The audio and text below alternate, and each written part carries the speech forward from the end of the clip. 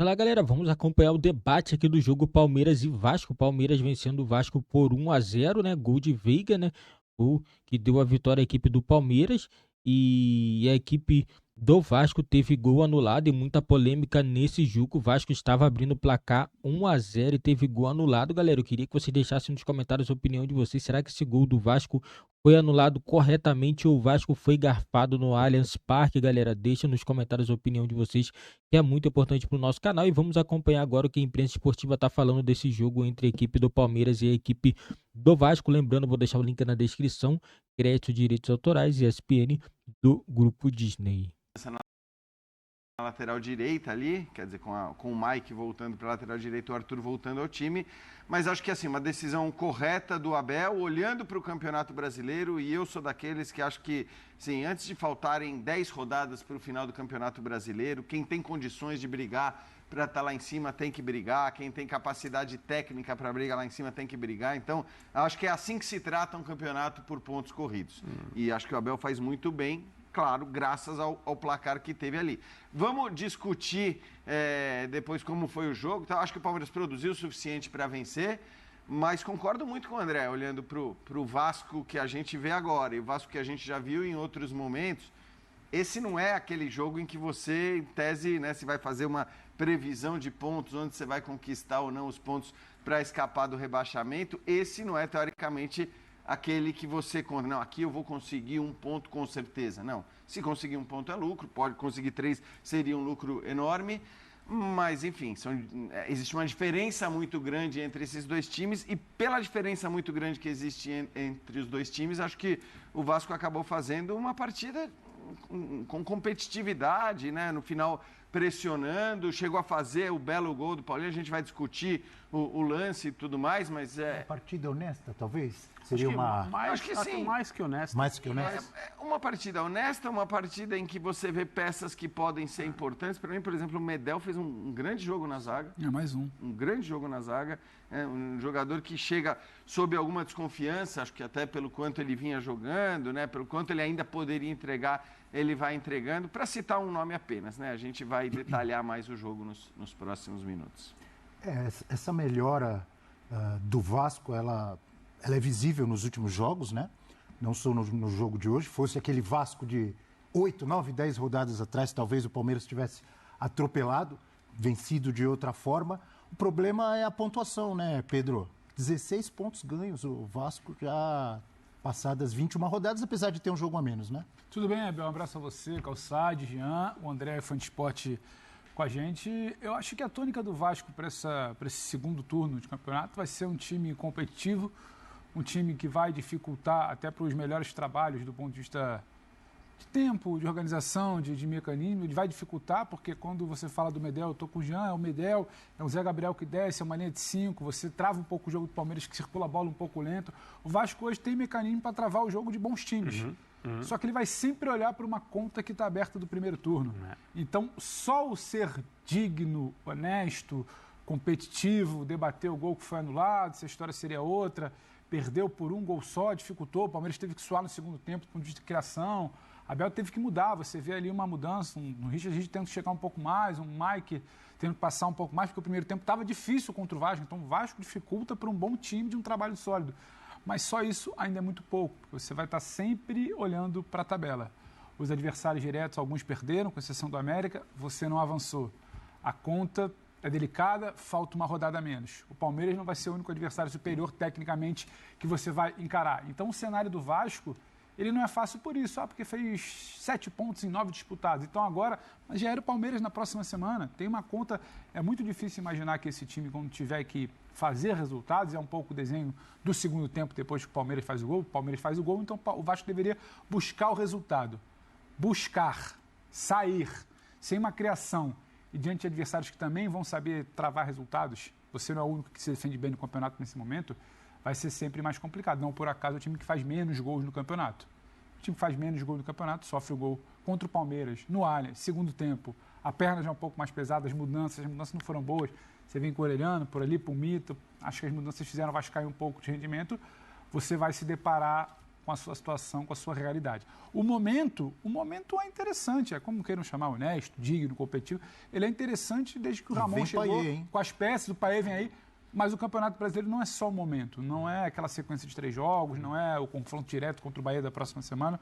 O campeonato é uma conta que você vai ter muita dificuldade para acertar do primeiro tempo. Dito isso, é um primeiro tempo, do primeiro turno, desculpa, é um primeiro tempo digno do Vasco, porque o Vasco sabia como se defender, não era aquela coisa de vai lá para trás, todo mundo dando bico para frente. Não era isso, soube como dificultar um Palmeiras que foi para o jogo. O Palmeiras foi para o jogo.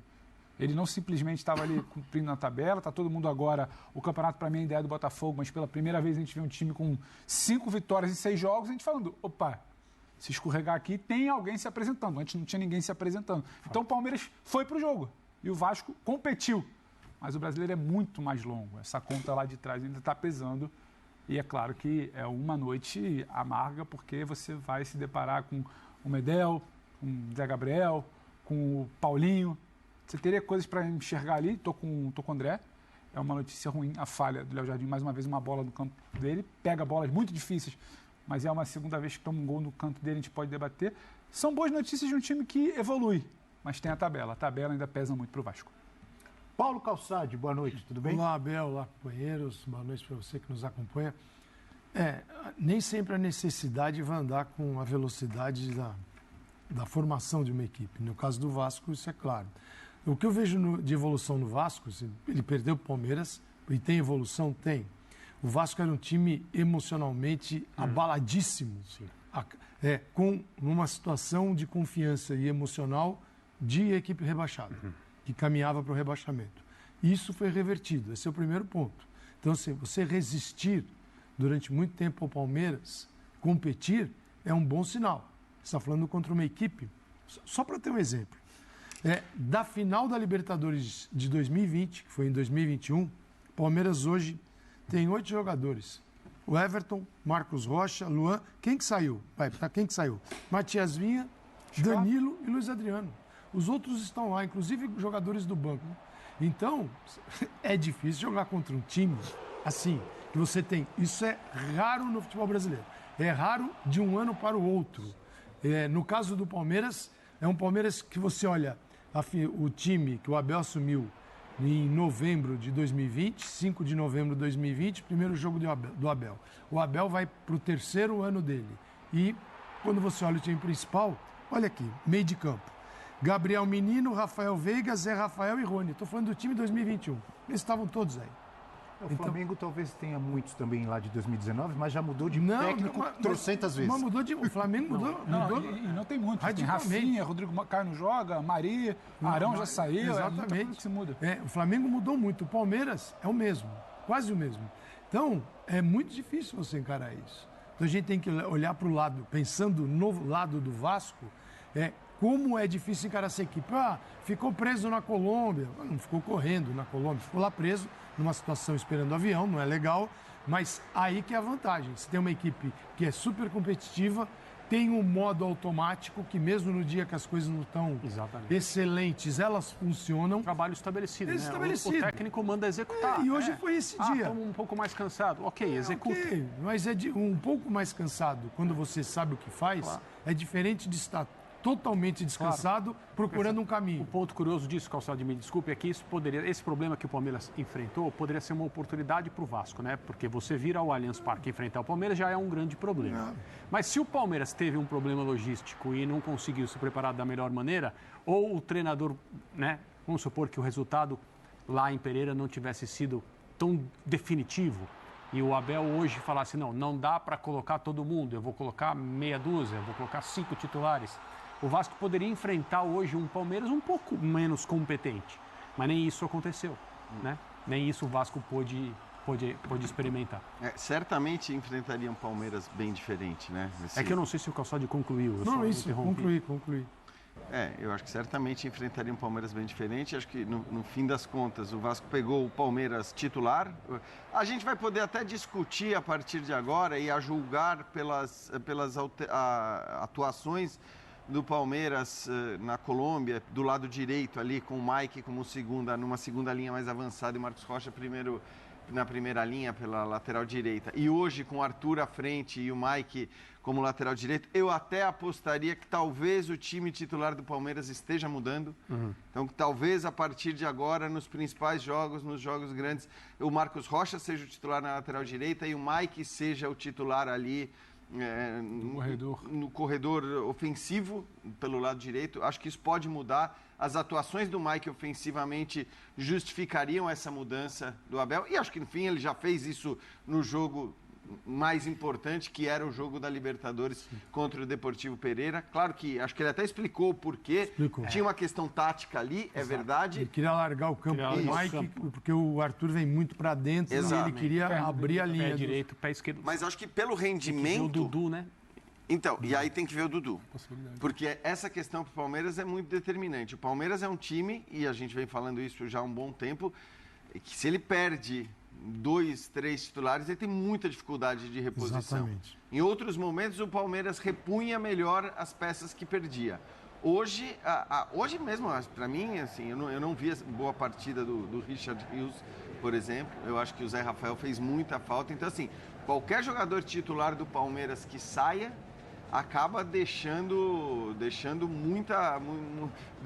a desejar. Quem entra deixa muito a desejar. Então, acho que isso vai ser importante, ver qual vai ser a condição do Dudu, né, para os jogos, claro, semifinais da Libertadores, que o Palmeiras certamente vai disputar, o próprio jogo contra o Corinthians, enfim, é uma questão e acho que isso vai levar o Abel a dosar também cada vez com mais prudência aí esses principais jogadores. Um detalhe curioso em cima do que você está dizendo, eu concordo que é difícil, né? O Palmeiras às vezes tem dificuldade para substituir à altura esses titulares que têm jogado tanto nos últimos anos, mas o curioso é que o Breno Lopes entra e a jogada que resulta na falta é uma jogadaça do Breno Lopes, partindo para cima, sofrendo a falta do Zé Gabriel. Que marcou o gol dessa final que eu falei lá em 2021.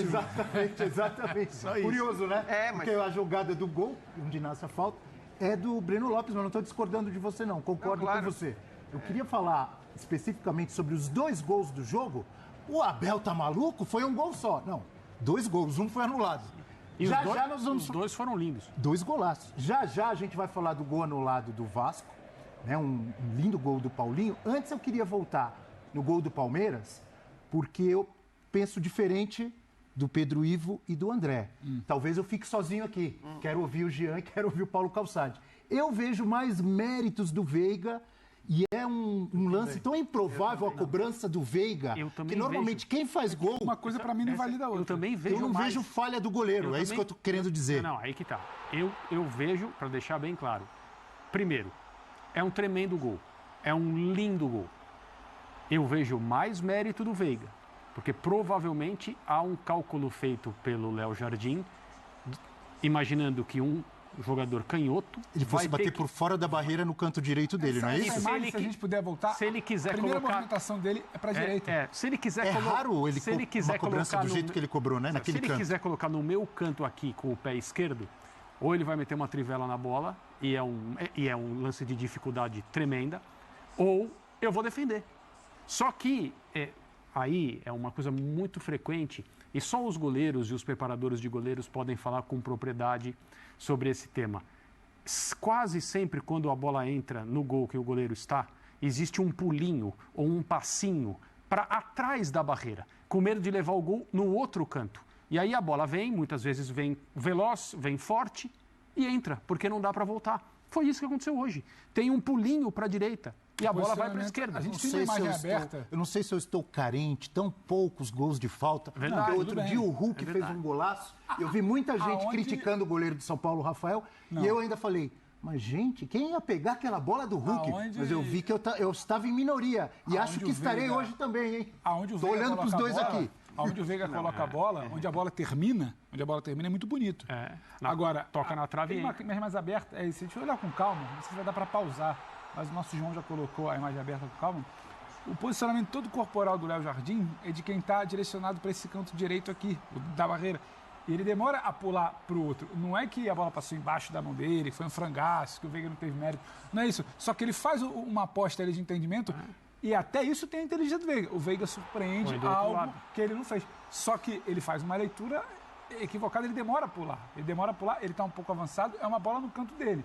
Então a falha não é exatamente um frango, não tem mérito do Veiga, clamorosa, o cara tem que ser criticado, barrado. Não é isso. Só que ele demora. Ele demora, não chega a saltar na bola, só dá tempo de esticar o braço, tá um pouco à frente ali. O Veiga disse para ele, não.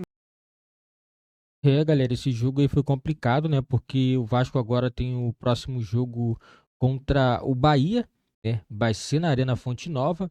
Vasco vai jogar mais um jogo fora de casa e precisa pontuar, né? Urgentemente o Vasco precisa pontuar 3 pontos, porque a situação não é boa. O Vasco está com 16 pontos.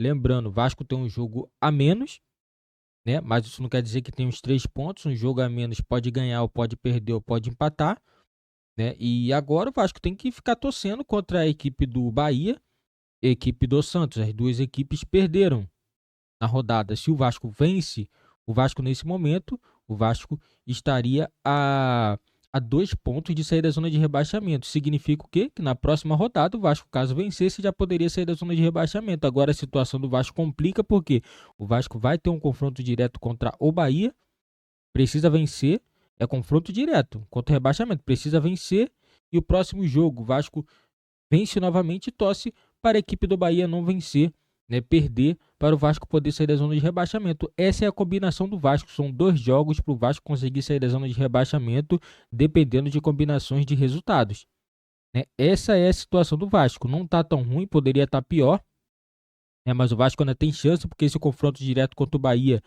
pode ajudar bastante o Vasco. Agora o Vasco tem que vencer, né? O Vasco, na minha opinião, fez um bom jogo contra a equipe do Palmeiras, né? O Palmeiras foi com o time titular, né? Esse gol anulado, na minha opinião, atrapalhou muito, né, o Vasco, né? E é muito complicado, né, essa situação aí, né? Na minha opinião, o Vasco não merecia essa derrota, né? Um empate, na minha opinião, se saísse empate, beleza, seria um resultado até que justo. Mas a derrota, né, na minha opinião, não foi justa pelo que o Vasco jogou no primeiro tempo, galera. E esse foi o vídeo do nosso canal. Deixa nos comentários a opinião de vocês também sobre esse jogo entre Vasco e Palmeiras.